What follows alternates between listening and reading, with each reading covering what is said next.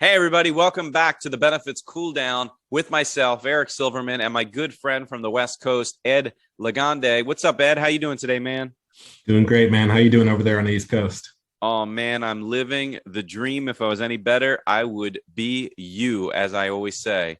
Um, Ed, we were looking at this report. We just got this report from a combined report between Mineral, formerly Think HR, and Benefits Pro Magazine. And it's a big industry survey they sent out to employers and HR people all across the country. I think they had hundreds and hundreds of respondents. But one of the things that caught my eye, I wanted to get your opinion on, was they showed the results from 2020 versus 2021 with respect to similar questions. And the question really was, which HR and compliance related issues were most challenging for you in 2021 versus 2020? And what's crazy is, and we know this, right? But recruiting and hiring went from 24% in 2020 to an amazing 60% in 2021. And it was interesting because in 2020, state and federal regulations was high on the list, and that plummeted pretty much in 2021. What do you think changed? What's the rationale between that? Why HR people are feeling these changes? Well, what I like about the report is it represents so many different industries from, tons of different blue collar to whether it's technology, engineering, governmental organizations. So we're getting a wide array of responses. Even two technology companies are going to maybe have different responses. Let's talk about the recruiting and retention for a second. Or one of the things that I thought was really interesting when comparing 2020 to 2021 is the increase in percentage, or basically that increase in focus had to do with a lot of the people-oriented arenas, right? Whether it's the benefits, whether it's recruiting and retention or employee engagement.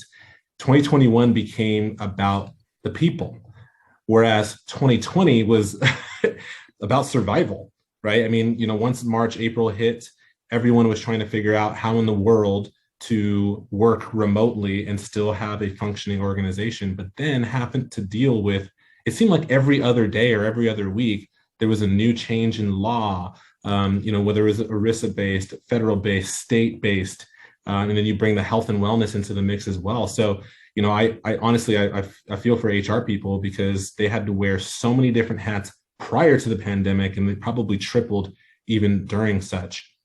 Then you fast forward to 2021. Now I can't really say we had a handle on the pandemic, but it wasn't new news anymore, right? We were still within, the mix of it. And so those laws and regulations were slowing down. They were starting to ease up, and even some of those were expiring.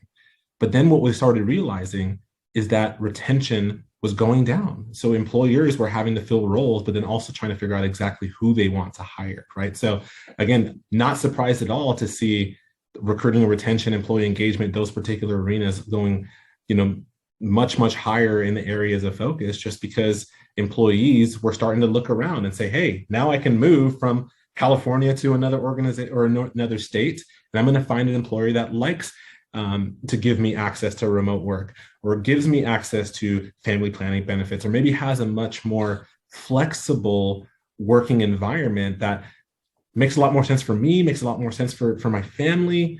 And so it was harder and harder for employers to retain those employees. But then it also brings into the discussion about your employee culture, right? And as an organization, what are you doing to, make sure employees understand what your culture is, so that employees can make sure they're bought in. You want everyone singing from the same song sheet at the end of the day too. So, 2021 was kind of that divide in realizing employees are trying to figure out what's going to make more sense to them from a personal perspective. And then employers trying to figure out how in the world to attract those people that make sense for their culture, but also retain the really top talent they really want to keep. And then, of course, less and less focus on some of the governmental changes and ERISA changes, because there was just less coming down the pike at the time. So, I but what do think you? that I think that 2022 is going to be a lot more of 2021. Recruiting, hiring, employee training, engagement, retention. These are still going to be pretty high on the list for most human resource professionals. and business owners. And I really think it's because, well, I should say, I like how you described it. It's very people focused, very people oriented. I think companies are waking up and realizing more now than ever that they have to put people first, people over everything, as our good friend Scott McGregor would say in the Talent Champions Council, because the reality is that's the only way you're going to hire people, and that you're going to get them to stay and be loyal. And it all surrounds around culture. So anyway, as always, Ed, brilliant, my friend. I appreciate it. I'm glad we talked about this. I'm glad we saw this this survey, this piece. If you haven't already checked it out, check it out on Mineral website and or Benefits Pro's website. You should download it. It's just a quick PDF and really eye-opening stuff. So thanks as always, everybody listening. Until next week, I'm still Eric, and that's still Ed. We'll see you then. Thanks, everybody.